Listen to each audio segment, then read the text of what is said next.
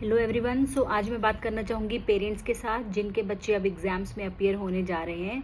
तो पेरेंट्स, सबसे पहली एडवाइस आपके लिए कि आपको एग्ज़ाम्स में काम में रहना है। Keep calm during the exams of your ward.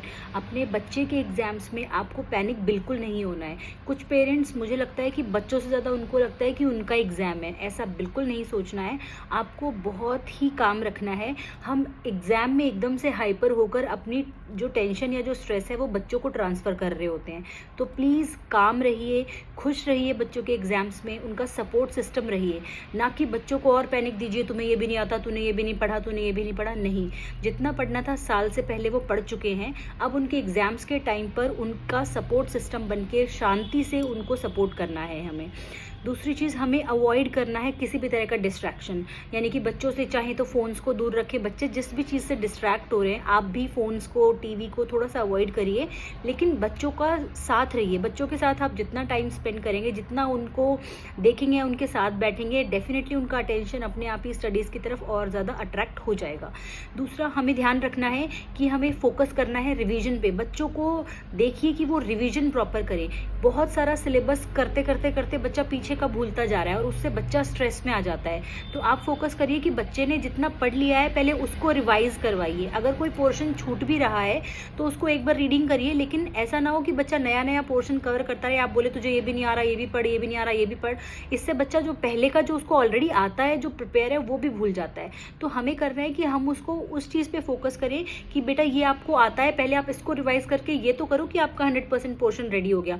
नए नए सिलेबस के चक्कर में एंड टाइम पर हम उसको पैनिक करेंगे तो that's not the correct way. पहले जो बच्चे को अच्छे से आता है, फोकस ऑन दैट, रिवाइज करवाइए उसको। And if the spare time, तो फिर आप फोकस कर सकते हैं नेक्स्ट जो सिलेबस उसका पेंडिंग है उस पर।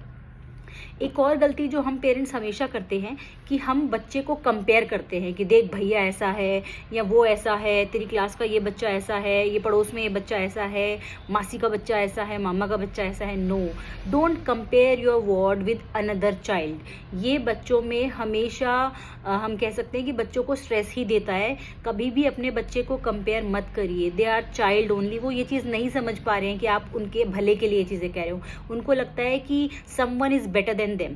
तो your child is very special. बच्चों को फील करवाइए कि जो भी वो है, जैसे भी वह हैं, आपके लिए बेस्ट है और वो बेस्ट ही करेंगे। आपको अपने सपोर्ट को मैक्सिमम रखना है बच्चों के साथ during their exams. Next is, हमें उनकी हेल्थ का भी ध्यान रखना है। बच्चे प्रॉपर खाना खाएं, प्रॉपर स्लीप लें, टाइम टू टाइम उनको सोना है।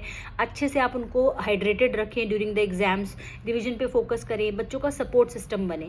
देखिए पेरेंट्स, आजकल जो हम लाइफस्टाइल देख रहे हैं, बच्चों में इतनी कैपेबिलिटी, या हम कह सकते हैं कि हम अपने टाइम से कंपेयर करते हैं बच्चों को। बहुत सारे पेरेंट्स ऐसा करते हैं। इतनी पीटीएम्स में मैं देखती हूँ कि बच्चे हमेशा कहते हैं कि ये नहीं किया तो मम्मी मारेंगी या मम्मी डांटेंगी या पापा डांटेंगे या मारेंगे। नहीं, हमें ऐसा नहीं करना है। आप स्टडीज़ देख लीजिए, जितने भी पेरेंट्स बच्चों के सपोर्ट सिस्टम होते हैं वो कुछ ना कुछ लाइफ में बहुत अच्छा कर लेते हैं। तो अगर हम अपने बच्चों से एक्सपेक्ट कर रहे हैं कि वो लाइफ में कुछ अच्छा करे, then definitely we have to be their support system. हमें उनको बोलना पड़ेगा, उनको समझाना पड़ेगा, एश्योर करना पड़ेगा कि whatever happens we are there for them. Marks are just numbers ultimately. आपके और मेरे कितने मार्क्स आए 10th में, कितने मार्क्स आए 12th में, हार्डली मैटर्स। आप लाइफ में कितने सक्सेसफुल हैं, आगे जाकर आप कैसे अपनी लाइफ को प्रॉपर चैनल देते हैं, that is more important. So please don't be panic first, और don't pass on your stress to your child. ये बिल्कुल नहीं करना है हमें। तो पेरेंट्स को अपने बच्चों के का साथ देना है। किस लिए? उनको काम रखने के लिए, उनके सपोर्ट बनने के लिए, ना कि उनको पैनिक करवाने के लिए।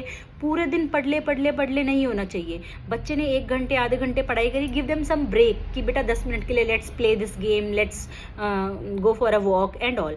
तो ब्रेक्स अगर रहेंगे बच्चों को तो दोबारा माइंड जो है हमारा दोबारा अटेंशन ग्रैब करने के लिए रेडी हो जाता है। कॉन्टिन्यूअस सिटिंग पोजीशंस अवॉइड करें। बच्चा लगातार बहुत देर तक बैठा ना रहे। ये भी एक इम्पॉर्टेंट है कि बच्चा अगर 1 घंटे अगर बैठ गया है तो 5 to 7 मिनट्स उसको दीजिए कि वो उठकर इधर उधर घूमे, या कुछ ड्रिंक्स दे दी, बीच में बच्चा घूमने चला गया। ये सब भी आपको देखना है। And definitely if you are there for your child, he or she will do wonders. So please be with your child, be the support system of your ward. Definitely they will do superb in their life. Thank you.